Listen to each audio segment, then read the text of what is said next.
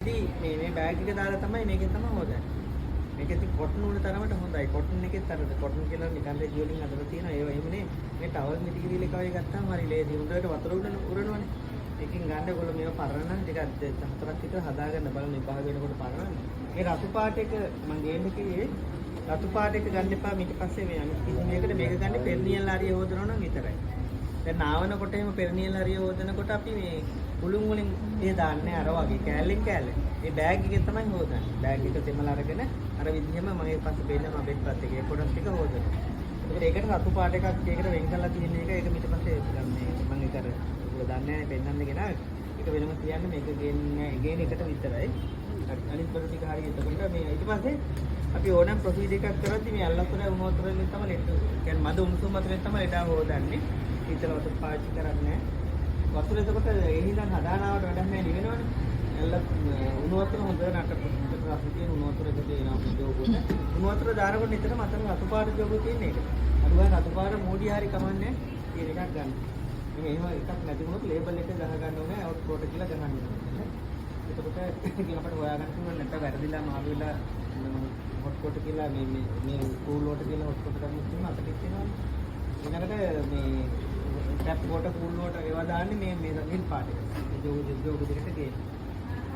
මෙතන ගෙනත් තමයි කලවම් කරගන්නේ. මොකද නැත්තම් නිවෙනවනේ. බේසම ගේන්න ඕනේ. ඒක තමයි ඕනේ ටවල් එක නැත්තම් හරියට. ඊට පස්සේ අපි ලේඩාට දැන් කතා කරනවා. හරි. ඒ මෙන්න පොඩි අපි පොඩක් පිට බෝදලා පොඩි බැක් මසාජ් එකක් දෙන්න යන්නේ. කැමති නේ වැඩේ? යා වැඩේ කැමති අපි දැන් වැඩේ කරගෙන යන්න පුළුවන්. හරි. ඊට පස්සේ ලේඩාට පිළිවෙත කාට හරි එකක් මේ අනිත් අය කරනකොට බලන්න ඉතින්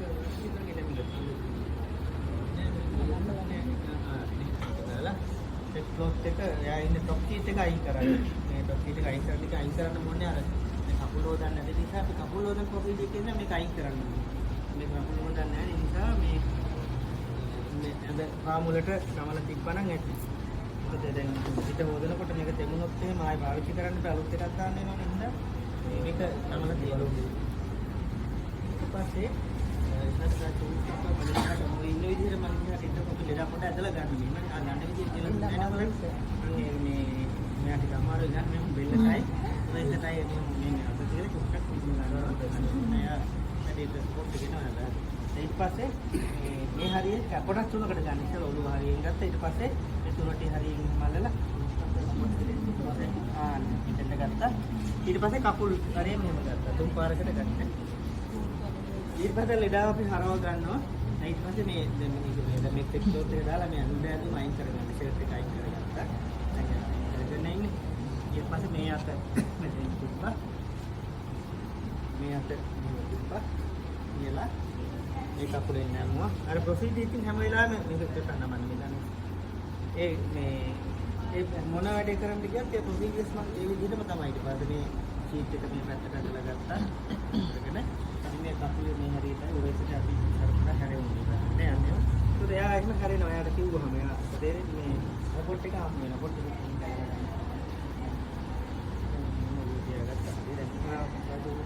අපි මේ ලෙෆ්ට් ලැටරල් විහාරය තුනක් මොකද පේන්නේ නැද්ද?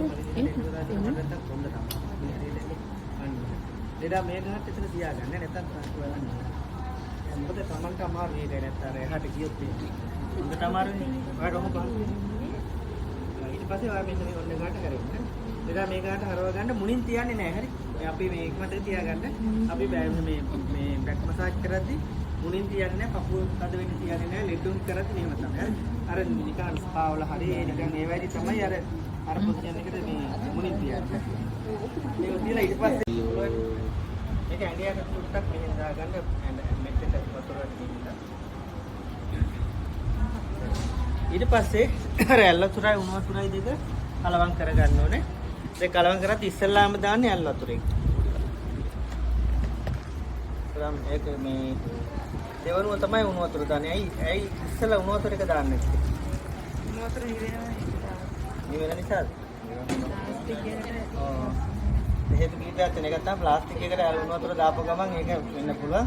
අනිත් එක විසි වුණොත් එහෙම දැන් මගේ ඇඟට උඩින් වුණත් අර උණු වතුර මාව පිච්චෙනවා. ලේදා අඟ තියාන දැම්මොත් එමේ ආයෙකට පිච්චෙනවා. ඒ හින්දා නිතරම දැන් ඉස්සරහට කරන හැම ප්‍රොසීජර් එකකදීම මේවා මික්ස් කරගන්න වෙනවා. ඒකෝට මික්ස් කරන්නේ එහෙම ඇල් වතුර උණු වතුරේ දානකොට ඉස්සෙල්ලා ඇල් වතුර ඊට පස්සේ උණු වතුර එක දාලා අපි පොඩ්ඩක් රස්නේ බලනවා කොහොමද කියලා. මේ පේන්න දාලා බලන්න මම අත් හොදා නෙන්නේ. ඇවිල්ලා මේ ෂර්ට් එක දාන්නේ ඔක්කොමයි තියෙන්නේ. ඒ ෂර්ට් එක දාලා තියෙන කාටවත් පේන්නේ නැති. ඊට පස්සේ රස්නේ බලලා අපිට මේන් බලන්න පුළුවන් පිටිය අත තියලා බලන්න. වැලමිටනුත් බලන්න පුළුවන්. වැලමිටෙන් එච්චර බලන්න එපා. අපි වැලමිට දක්වා අත හොදන්නේ නැහැ නේ. මේක විතරනේ හොදන්නේ. වැලමිටේ දාඩියෙම තියෙන්න පුළුවන්. මෙතනින් බලපුවම හරි. අපි මේ පැත්ත ගොඩක් සෙන්සිටිව් එකයි මෙතනින් බලන්නේ. ඒ උෂ්ණත්වය එතකොට අපි ලෙඩාගේ ඇඟ හොදන්නේ මෙහෙනේ. එතකොට එයාගේ අතට සමානව අපි බලනවා ඒ රස්නේ හොදද කියලා. ඊට පස්සේ වුණා ලෙඩාගේ කැමැත්ත ඩිෆරන්සස් බලන්න ඕනේ. මේ අත දාලා බලන්න රස්නේ කොහොමද කියලා නේ. එයාගේ කැමැත්තත් එතනම අපි බලන්න ඕනේ. කැමැත්ත ඕනේ නැත්නම් එයාට දරා ගන්න පුළුවන් ගන්න.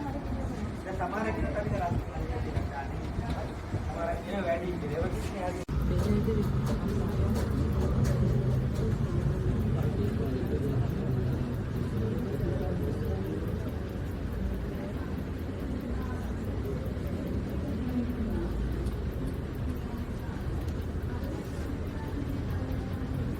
අයින් කරන්න එපා එහෙම කියන්නේ.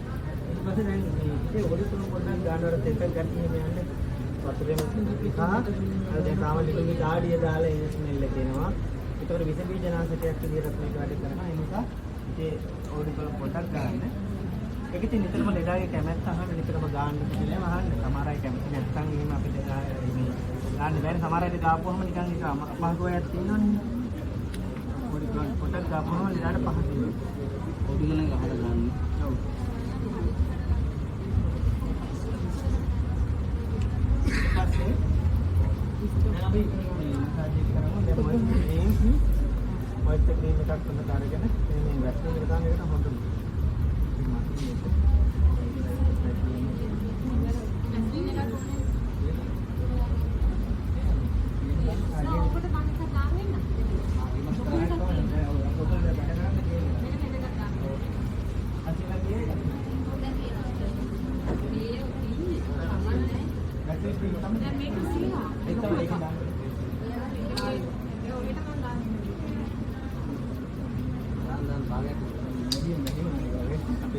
ඊට පස්සේ අපි මේ එහෙම ගන්න හොඳට පිටේ දාලා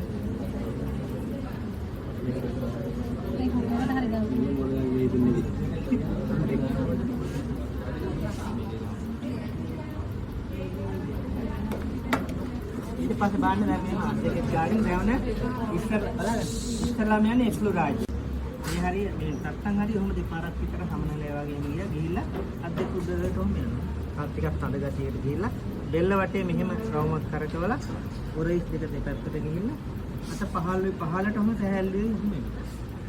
ආයෙත් මේ හරිය දෙකක් විතර ඔහොම කරා නැත්තම් හරිය ඊට පස්සේ ඔහොම යනවා. එක්ස්ලෝරාජ්.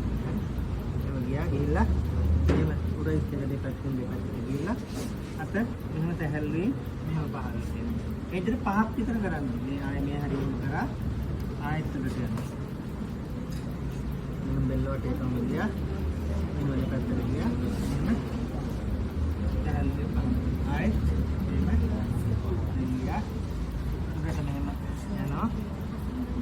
බෙල්ල දෙපැත්තට ගියා. දෙපැත්තට